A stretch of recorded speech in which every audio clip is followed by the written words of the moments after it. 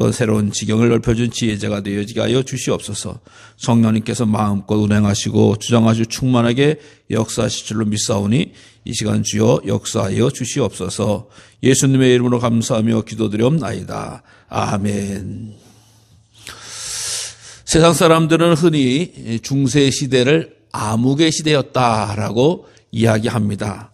중세 시대라고 하는 것은 아마 로마의 그 교회들이 큰 권세를 누리었던 그런 시대였고, 또 로마라고 하는 나라가 온통 세상을 지배했던 시대였는데, 후쪽에 그것을 종교적으로뿐만 발전되었지 경제적으로 또 문화적으로 또 어떤 그런 천체 물리적으로 많이 후퇴를 가졌던 때가 아니겠느냐라고 이야기를 합니다. 물론 그것은 중세를 비하하기 위한 이야기라고 말씀들을 합니다만은 어쨌든 간에 많은 세상의 사람들은 중세가 암흑기였다라고 하는 것에 대해서 말씀을 하고 있습니다. 자, 세상 사람은 그렇게 이야기하면 성경에 있어서 가장 위험하고 아마 암흑적인 그런 시대를 찾으라고 하면은 바로 성경이 기록되지 않은 신구약의 중간 시대다라고 이야기할 수가 있어요.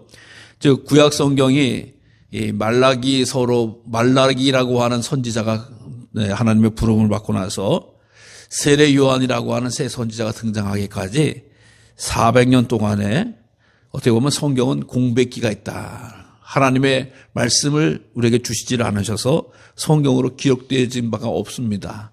그때는 인간의 역사만 드러나 있습니다만은 그때를 성경에서는 아마도 중간기라고 하는 표현을 쓰지만 하나님의 큰 역사가 나타나지 않은 때다라고 이야기들을 하고 있습니다. 그렇지만 그 시대 때 또 신약 성경을 보면 바리새파, 또 에세네파, 사두개파 등 다양한 종교인들이 등장을 했던 또 그런 시대이기도 합니다. 어쨌든 세계사적으로라든가 또 신앙적으로 봐도 이 암흑적인 그런 시대가 있었다라고 하는 그래서 한 300~400년씩 오랜 동안 그런 시대가 있었다라고 하는 것을 말씀해 주고 있습니다.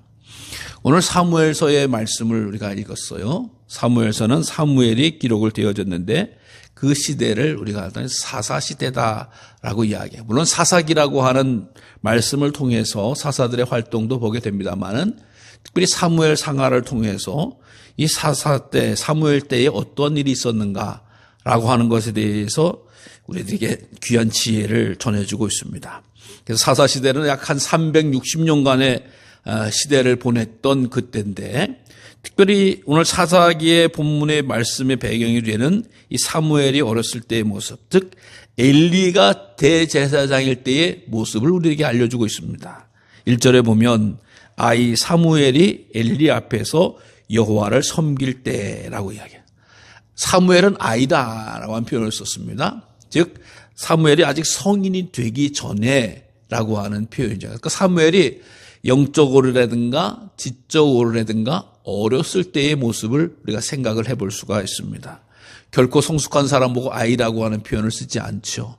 사무엘이 이렇게 어렸을 때에 특별히 엘리라고 하는 제사장이 있는데 그 제사장을 통해서도 있지만 여호와를 섬겼다. 그러니까 아이 때 여호와를 섬겼다.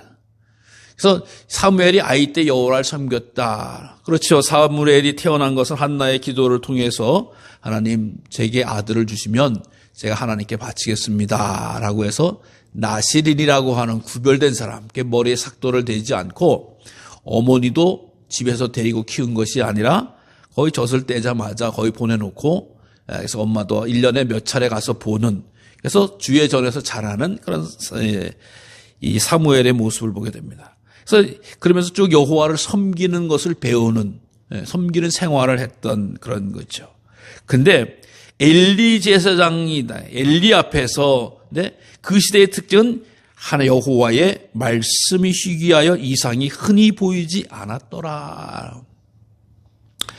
여러 시대가 있는데 엘리가 대제사장 시대 때 여호와의 말씀이 희귀했다. 말씀이 희귀했다. 이 말씀이 희귀했다라고 해서 하나님의 비전, 이상이, 하나님의 역사하시는 것이 잘 드러나지 않았다라고 합니다. 물론 사사시대 때 이 사람들이 특징이 있잖아요. 그것이 뭐예요? 자기의 소견대로 행하였더라. 사사시대 때 자기 멋대로 행했다는 거야.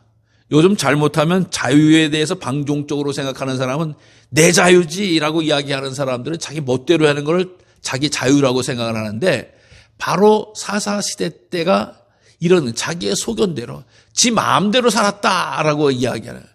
그러다 보면 하나님께서 그들을 가만히 내버려 두시는 것이 아니라 꼭 회초리를 치는 거예요. 여러분, 하나님 앞에서 내 마음대로 사시지 마시기 바랍니다. 하나님의 뜻대로 사시기 바랍니다. 예? 내 마음대로 사는 게 좋은 것 같고, 내 마음대로 살아가는 게 편한 것 같고, 내 마음대로 살아가는 게 정말 좋은 것 같지만, 하나님은 항상 우리를 불완전한 존재로 하나님의 말씀을 듣고 행할 수 있도록 지으셨다라고 하는 거야. 그러다 보니까 하나님이 꼭 그 주변 사람들 들어서 이스라엘 민족을 치십니다.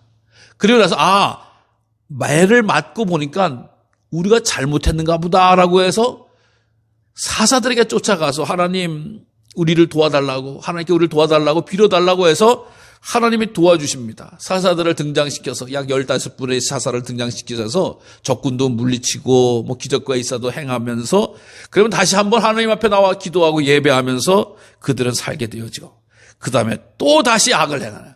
그래서 자기 소견대로 행했다, 또 다시 악을 행했다. 이게 사사시대의 모습이었습니다. 그런데 엘리 시대 때에는 아예 하나님의 이상도 나타내지 않았다. 왜? 말씀이 희귀했다는. 즉 사람들이 하나님의 말씀에 대해서 관심하거나 집중하지 않았다라고. 하나님의 말씀을 구하지도 않았다라고 하는 겁니다. 성경에서도 보면요, 하나님의 말씀이 흥왕해지면 어려운 시대에 벗어나고 일어나는 것을 보게 됩니다. 특별히 성경에서 가장 말씀에 대해서 권위를 가진 분을 에스라라고 이야기해서 성경은 학사 에스라라고 하는 표현을 씁니다. 에스라가 활동했던 시대에는 알다시피 포로로 끌려갔던 거예요. 바벨론에서요.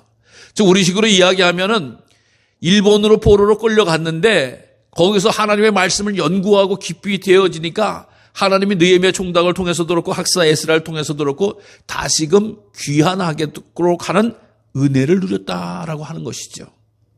그런데 이 사사의 시대 때는 전혀 하나님의 말씀을 듣지 않으니까 하나님의 말씀이 희귀했다라고 해요.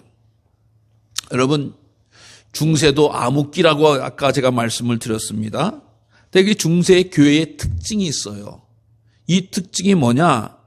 성경을 성도들에게 읽지 못하게 했습니다. 왜요? 다 똑똑해서 다 알려줘서? 아닙니다.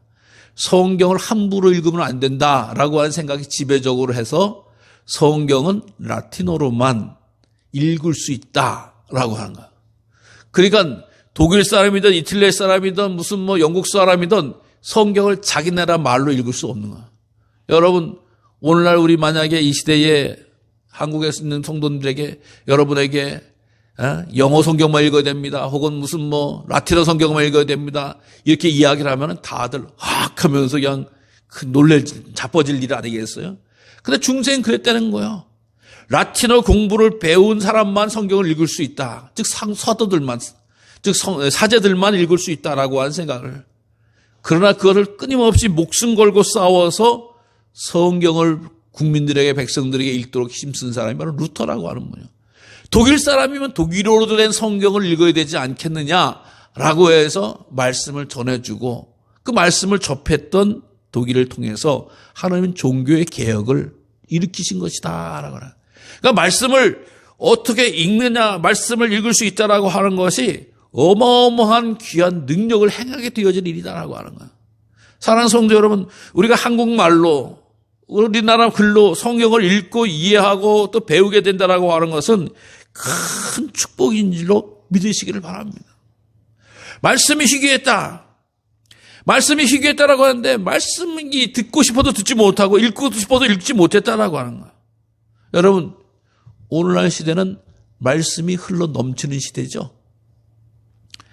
우리가 알다시피 기독교 방송 텔레비전도 채널도 되게 많아. 언젠가부터. 또 요즘 코로나 이후로부터 우리가 알다시피 유튜브를 통해서 온갖 세상의 귀한 말씀들 다 들을 수 있는 그런 시대도 됐습니다. 또 인터넷 발달로 어느 교회든지 다 찾아서 설교 말씀을 들을 수 있도록 또 열어놓는 것도 많이 있다라고 하는. 그러나 오늘날 우리가 알다시피 많은 말씀을 듣습니다. 많은 말씀을 볼 수가 있는 기회가 열려졌어요. 근데 정작 우리의 귀만, 우리의 머리만 즐겁게 한다라고 하는 것은 이 말씀의 홍수에 갇혀 있는 모습일 수도 있다라고 하는 거예요. 말씀 듣고 감동만 되면 안 돼요. 고개만 끄덕이고 있으면 안 돼요. 그 말씀이 내가 저 말씀은 정말 내 삶으로 살아야 되겠다라고 하는 것이 하나님의 뜻이지, 그 말씀, 좋은 말씀 들었다, 고개를 끄덕끄덕, 혹은 재미있는 말씀 들었다, 고개 끄덕끄덕, 거기서 멈춰 있는 것이 우리의 위기일 수도 있습니다. 여러분, 지금 한국 사회는 참 좋은 시대를 살고 있다라고 이야기합니다. 우리가 알다시피 한국에 있는 사람들이 어디든지 가면 많이 환영을 받더라고요. 제가 이렇게 여행 유튜브들이 한국에서 여러 군데 다니는 걸 제가 자주 봐요. 그러면 한국의 젊은이들이 정말 그 조그만 카메라 하나 들고 가서 외국 친구들을 막 만나요. 그럼 한국에서 왔다면 되게 좋아해요. 물론 그런 사람은 편집했겠지만 한국 사람을 이렇게 싫어하는 사람들이 없어요. 어디든지 가면. 한국 사람들 그렇게 좋아하고 정말 한국 사람들과 이렇게 해서 정말 국제적인 그런 결혼도 하는 사람도 많이 생기고, 그렇게 돼요. 그럼 한국 와부터 그 외국 여인을 데리고, 외국 그 사람들 친구들을 데리고 한국에 와보면요, 처음부터 입이 떡 벌어지잖아요. 공항부터 그렇지, 전철도 그렇지, 한국 사람들 먹는 거 식당 데리고 가서 음식 먹어보면 그렇지, 집에 와보면은 온갖 텔레비전 그냥 다 한 4, 50인치 다 이상 크게 있지, 또 김치 냉장고 있지, 무슨 냉장고 있지, 침대 있지, 심지어 이 전등 같은 경우도 다 LED 등이지. 세상 사람들이 한국의 사람들을 보면 정말 장래에서는 상상할 수 없는 그런 좋은 걸 가지고 살고 좋은 시대를 살아가거든요. 근데 반면에 한국 사람들은 어떤 마음을 주냐? 잔혹한 빈곤의 시대를 살고 있다라고 이야기해요. 외국 사람들은 온갖 한국 사람들 이렇게 다 잘 살고 있는 것처럼 보이는데 한국 사람은 아주 잔혹한 빈곤의 시대다. 옛날에 밥 못 먹고 힘들었던 그런 시대가 빈곤의 시대가 아니라 지금 이렇게 세상 전 세계 사람들은 한국에 사는 사람들을 그렇게 부러워하는데 한국 사람들은 행복을 몰라. 먹어도 배부르지 않고 마셔도 목마름이 해소되지 않고 그냥 물질적으로는 풍요를 누리지만은 우리의 심령과 정서는 항상 갈증과 갈등과 부족함을 느끼고 있는 그런 모습이다. 생각해 보세요. 우리 자녀들 특히 이렇게 사람들은 지금 현재에 대해서 만족하고 감사하기보다 없는 것을 찾고 또 이루지 못한 것을 얻기 위해서 부지런히 애쓰고 힘쓰는 걸 보게 됩니다.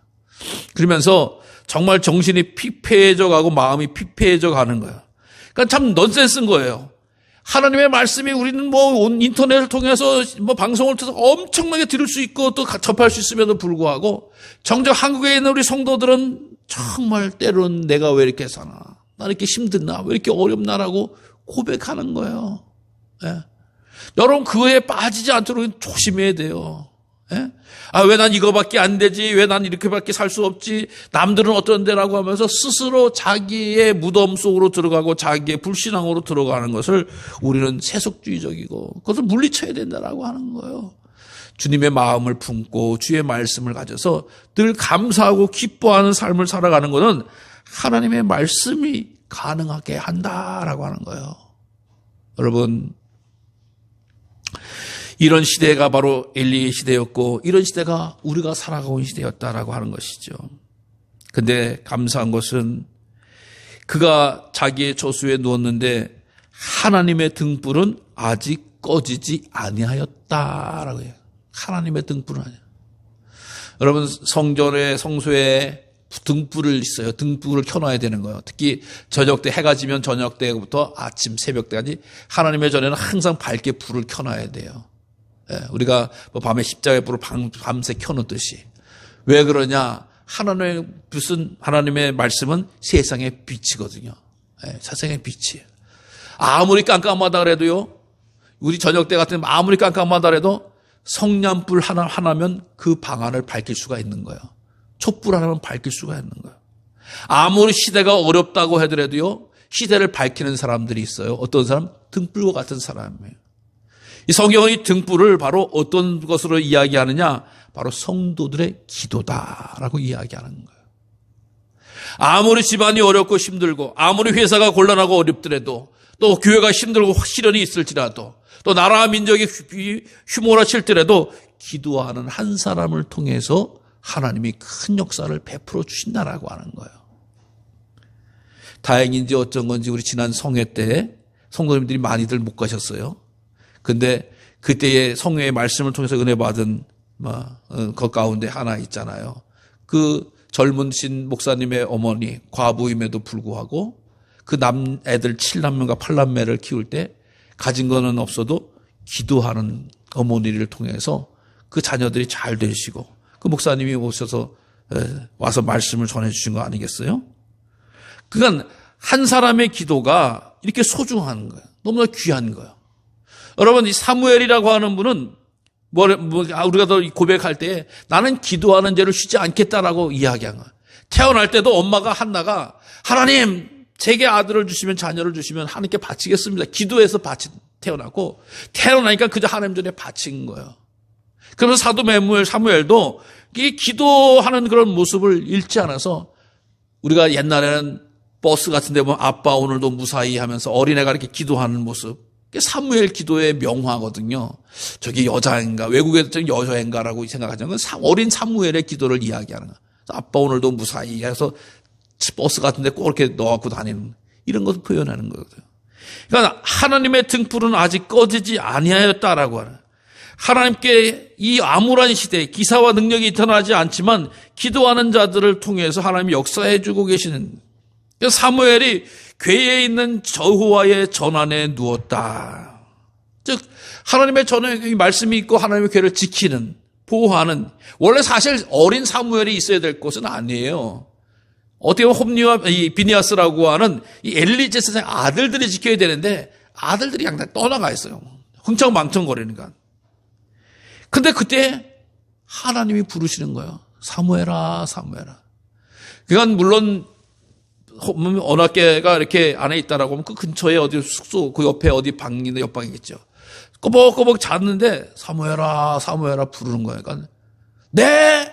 하고 이제 대답을 한 거죠. 왜? 자기를 부를 사람은 엘리 대제사장밖에 없는, 엘리 제사장. 먼저 대답부터 하잖아요. 우리가 밖에서 누구야? 그럼 네, 엄마, 네, 아버지 부를 때 대답하듯이 사무엘아, 사무엘아 소리가 들으니까 네, 여기 있습니다. 그러고 나서 막 엘리 제사장이 쫓아가는 거예요. 쫓아가서 제사장님 저 부르셨나요? 그러니까 아니, 안 불렀어. 그러니까 다시 부르시잖아요. 사무엘아, 사무엘아. 다시 부르시는 거예요. 다시 부르는데 아니, 내가 안 불렀어. 그래가지고 그게 뭐예요? 한 3번씩이나 하나님이 부르시는데 듣지 못하고 쫓아가서 사무엘이 대답을 하는 거예요. 그리고 이렇게 신비로운 일 가운데서 하나님께서 지혜를 주셔서 엘리 제사장이 그때 한 98세였는데 야 사무엘아, 아무래도 하나님이 부르시는 것 같다. 너는 내가 여기 있사오니 여호와여 하나님 말씀해 주세요. 내 종이 듣겠습니다. 라고 하는 이 대답을 하거라 라고 알려주게 됩니다. 그래서 하나님이 4번째로 사무엘아, 사무엘아 부르니까 이제 말씀하옵소서 주의 종이 듣겠나이다 라고 대답을 한 거예요. 여러분, 오늘날 우리 하나님께서 우리처럼 사무엘아, 누구야 불렀으면 참 좋겠는데 그렇게 부를 일은 별로 없어요. 하나님의 말씀은 성경을 통해서 이루어졌습니다. 그래서 하나님의 말씀을 듣는 법이다라고 해가지고 자꾸 성도들을 유혹하는 그런 집회도 있고 그런 때 한때 유행했던 적도 있어요. 하나님의 말씀은 1차적으로 성경이에요. 여러분, 성경 어떤 하나님의 말씀을 듣는 것에 대해서 이렇게 강의하고 막 집회하는 데서 난센스인 것은, 또 잘못된 것은 하나님의 말씀은 제대로 안 가르쳐주고 이상하게 듣는 법이라고 해서 이상한 소리만 계속하는. 다른 거 다 필요 없어요. 다른 거 다 필요 없어도 성경만 읽으면, 성경만 보시면 성경으로 하나님께서 우리에게 말씀하셨던 거거든요. 그래서 엉뚱한 데 가서 자꾸 다른 것에 대해서 마음을 열어서는 절대 안 됩니다. 성경은 안 읽으려고 그러고 하나님의 말씀이라고 하면서도 성경은 안 읽으려고 가까이 하지 않으면서 이상한 소리만 날마다 들으려고 하는 것은 잘못된 신앙인 거예요. 이미 성경 가운데서 우리 수없이 많은 성도들이 변화되었고 성경을 통해서 고백해 주고 있어요. 성경으로 충만해서 우리가 하나님의 기뻐하시는 뜻을 잘 알고 배우는 것이 더 중요한 이다라고 하는 거예요. 그래서 이 성경을 가까이 하고 하나님의 말씀을 가까이 하면은 은혜가 임하여지는 거 아니겠습니까? 그래서 성경으로 기도하고 성경으로 찬송하고 성경으로 고백하고 성경다운 삶을 살아가는 것이 성도들의 모습이라고 하는 거예요. 그래서 하나님의 말씀은 전혀 우리들과 상관이 없는 게 아니라 우리 삶을 변화시키는 에너지라고 하는 거예요. 여러분, 이 사무엘 시대 때 왜 이렇게 하나님의 말씀이 잠잠해지고 왜 이렇게 어두워졌습니까? 하나님의 말씀을 기억하지 못하는 거예요. 모세 이후에 여호수아가 이제 이 이스라엘 백성을 들고 저기를 들어갈 때, 가나안 땅을 들어갈 때 두렵고 떨리는 마음을 실 때, 야, 하나님이 나타나서 친히 말씀하셨잖아요. 두려워하지 말고 염려하지 말고 걱정하지 말고 너 하나님의 말씀을 읽고 묵상하고 그대로 살아. 그러면 내가 형통케 되리라. 하나님이 약속해 주셨어요. 그러니까 여러분, 두려워하거나 염려하거나 걱정하거나 괴로울 때 그거 하지 말라는 거예요. 하나님은 하나님의 말씀을 읽고 그것을 묵상하고 생각하고 그 말씀대로 살으라. 그러면 삶의 문제가 풀어지리라. 삶의 문제가 해결되리라라고 하는 것이 하나님의 거룩한 말씀인 줄로 믿으시기 바랍니다. 그래서 이 말씀을 하나님의 백성들에게 늘 주시고 그 말씀에 순종하는 사람들에게 하나님 역사해 주셨다라고 하는 거예요. 오늘 어린 사무엘이 그 말씀의 전 곁에서 지키고자 불 꺼질까 봐 또 검증하고자 그 옆에서 쪼그려서 자기의 일을 감당하면서 주의 음성을 들을 때 즉각적으로 순종한 그 모습을 통해서 하나님은 역사해 주셔서 하나님을 알지 못하는 그 시대에도 하나님을 만나는 복을 허락해 주셨다라고 하는 것입니다. 사랑하는 성도 여러분, 사무엘 특징은 뭐예요? 그는 순종하는 사람입니다. 순종이 제사보다 낫다라고까지도 선포하시는 것. 즉 내가 하나님이 주신 생명이라고 하면 하나님의 말씀을 듣고 따르는 것이 내 인생을 복되게 하는 자다라고 하는 것을 사무엘은 어렸을 때부터 깨달았어요. 그래서 부르면 네, 제가 여기 있습니다라고 쫓아갔어요. 즉각적으로 순종했어요. 아닌데 라고 하면 이번에는 아니겠지. 자기가 판단하지 않았어요. 또 들으면 또 네, 제가 여기 있습니다. 또 듣고 또 내가 여기 있어요. 자기가 스스로 하나님의 말씀에 대해 판단하고 좌절한 것이 아니라 10번이면 10번, 1000번이면 1000번 주의 말씀에 순종하는 삶을 살아갈 때 하나님께서는 사무엘을 통해서 이 말씀이 시기한 시대를 깨트리고 임금들을 세우고 하나님의 나라의 출발점이 되는 복을 누리게 하셨다라고 하는 것입니다. 사랑하는 성도 여러분, 올 한 해 하나님의 말씀을 회복하는 한 해가 되시기를 바랍니다. 말씀을 회복할 때 형통의 은혜를 누리시게 되어진다는 사실을 기억하시기 바랍니다. 어린 사무엘처럼 하나님이 100번을 물으시면 네, 제가 여기 있습니다. 1000번을 물으시면 네, 제가 여기 있습니다라고 대답하시고 순종하셔서 우리 성도님들의 2024년도의 한 해의 삶이 형통한 한 해가 되시기를 간절히 주님의 이름으로 축원합니다. 기도하겠습니다. 우리에게 말씀을 주셔서 회복시키시고 거룩하게 하시는 주님을 찬양합니다. 오직 주의 말씀을 통해서 하나님의 복을 누리게 하시고 하나님의 생명을 넉넉히 누리며 살아가는 우리들의 삶이 되어지게 하여 주시옵소서. 말씀의 회복을 방해하는 흑암의 권세 물리쳐 주시옵시고 오직 주의 뜻을 읽고 묵상해서 거룩한